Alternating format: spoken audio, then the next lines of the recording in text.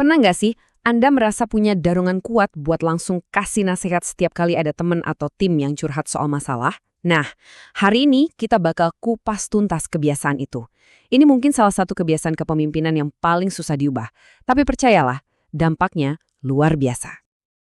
Anda bisa tahu apakah seseorang bijaksana dari pertanyaannya. Dalam banget ya kutipan dari Naguib Mahfuz ini. Ternyata inti dari kebijaksanaan itu bukan soal punya semua jawaban loh, tapi justru soal mengajukan pertanyaan yang tepat. Dan inilah inti dari pembahasan kita hari ini. Oke, siap-siap ya. Nasihat Anda ternyata tidak sebagus yang Anda kira. Gimana? Agak nyelekitnya dengernya? Tapi coba deh, kita jujur sama diri sendiri. Kita kan suka banget kasih nasihat, rasanya kayak jadi pahlawan gitu. Tapi gimana kalau ternyata niat baik kita itu lebih sering meleset daripada kena sasaran? Yuk, kita bedah sama-sama.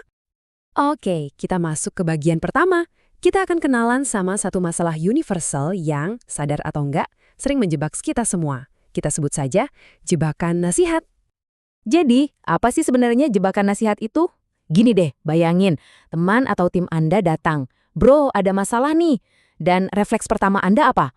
Langsung kasih solusi. Oh, coba deh kamu begini, atau harusnya kamu begitu. Nah, itulah jebakannya. Kita bertindak kayak robot, otomatis, tanpa mikir panjang.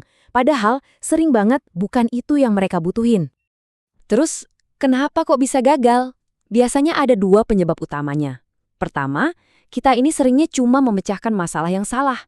Kita dengar keluhan pertama, langsung kita sikat. Padahal itu seringkali cuma puncak gunung es, bukan akar masalahnya. Yang kedua, ya solusi kita jadi mediocre, biasa-biasa aja. Kenapa? Karena kita cuma dapet secul informasi, tapi udah sok tahu kasih solusi lengkap. Dan ini bukan masalah sepele loh, dampaknya jauh lebih dalam. Kalau Anda terus-terusan begini, tim Anda bakal dimotivasi. Siapa coba yang mau jadi robot pelaksana doang? Terus, siap-siap aja Anda bakal kewalahan sendiri, jadi pabrik solusi yang jadi bottleneck. Dan yang paling parah, organisasi Anda bisa-bisa jadi mandek. Nggak ada inovasi, karena semua orang nunggu jawaban dari Anda. Oke, biar lebih gampang ngatasinnya, gimana kalau kebiasaan buruk ini kita kasih nama? Anggap aja dia itu monster nasihat yang tinggal di dalam diri kita. Dan monster ini punya 3 wajah, 3 persona yang beda-beda. Yuk, kenalan sama mereka. Yang pertama, kenalan sama si tukang perintah. Monster ini tuh yang suka bisikin ke telinga Anda. Kamu harus punya jawabannya, kamu harus tahu solusinya. Kalau Anda nggak bisa kasih jawaban, dia bakal bikin Anda merasa gagal total. Anda merasa nggak berharga. Lanjut, yang kedua, ini dia si penyelamat. Nah, kalau yang ini beda lagi modusnya. Dia bakal bilang, kamu harus turun tangan, kamu harus selamatkan semua orang, setiap situasi. Akhirnya Anda jadi kayak pahlawan kesiangan yang merasa semua beban dunia ada di pundak Anda. Capek kan? Dan yang ketiga, ini yang paling licik, paling halus mainnya. Namanya si pengontrol. Keyakinan utamanya, kamu harus pegang kendali penuh, jangan sampai lepas. Dia bikin Anda percaya kalau Anda nggak micromanage semuanya, dunia bakal kiamat, bakal ada kekacauan besar. Jadi, kita lihat ya polanya, si tukang perintah, dia suka banget jadi pusat perhatian. Si penyelamat, dia menikmati peran sebagai pahlawan yang berkorban, dan si pengontrol, dia ahlinya main di belakang layar. Coba deh jujur sama diri sendiri, monster yang mana nih yang paling sering nongol di diri Anda? Oke, ini bagian yang mungkin bikin gak nyaman, tapi ini penting banget. Mau itu si tukang perintah, si penyelamat, atau si pengontrol, DNA mereka itu sama. Intinya adalah, saat monster itu mengambil alih, di momen itu Anda percaya kalau Anda lebih baik dari orang lain. Lebih pintar, lebih jago, lebih pengalaman. Anda secara nggak sadar meremehkan kemampuan mereka. Dan inilah jebakan paling manis sekaligus paling bahaya. Ada hadiah jangka pendeknya. Ego kita terpuaskan. Kita merasa jadi yang paling pinter, jadi pahlawan. Tapi, coba lihat hukuman jangka panjangnya. Kita justru membunuh potensi tim kita sendiri. Kita bikin diri kita sendiri burn out. Dan kita menyetop keran inovasi. Ini yang namanya kemenangan semu. Oke, cukup dengan diagnosanya. Sekarang pertanyaannya, gimana cara jinakin monster ini?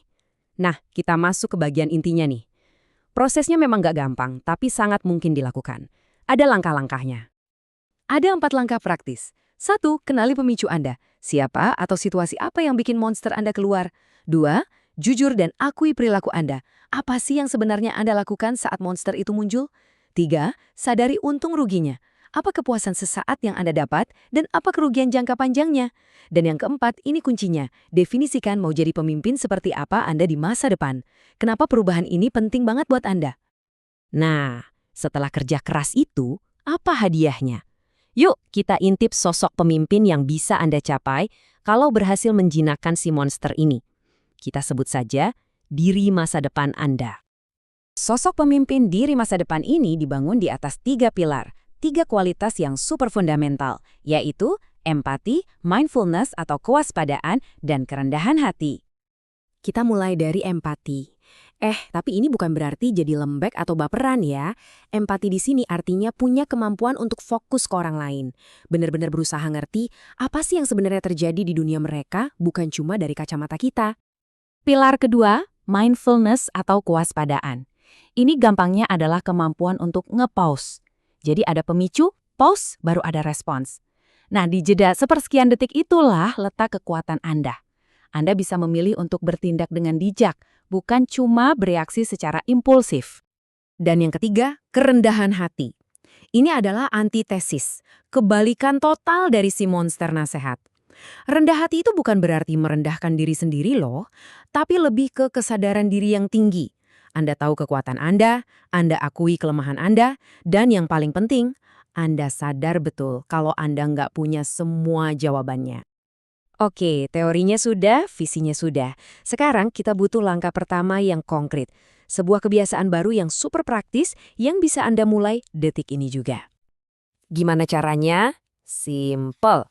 Setiap kali monster nasihat mau keluar, tahan. Ganti dorongan untuk memberi nasihat dengan dorongan untuk bertanya. Ini 3 senjata ampuh Anda. Pertama, pertanyaan pembuka. Apa yang lagi kamu pikirin? Ini buat buka percakapan. Kedua, pertanyaan AW atau and what else. Terus, ada lagi? Ini buat menggali lebih dalam. Dan yang paling pamungkas, pertanyaan fokus. Buat kamu pribadi, apa sih tantangan terbesarnya di sini? Nah, ini untuk sampai ke akar masalahnya. Nah, pembahasan kita sampai di sini. Tapi perjalanan Anda justru baru dimulai. Jadi, lain kali monster nasihat itu muncul, tantangannya bukan lagi nasihat apa yang paling keren yang bisa gue kasih. Bukan, tantangannya adalah dari 3 pertanyaan tadi, pertanyaan mana yang akan Anda ajukan pertama kali?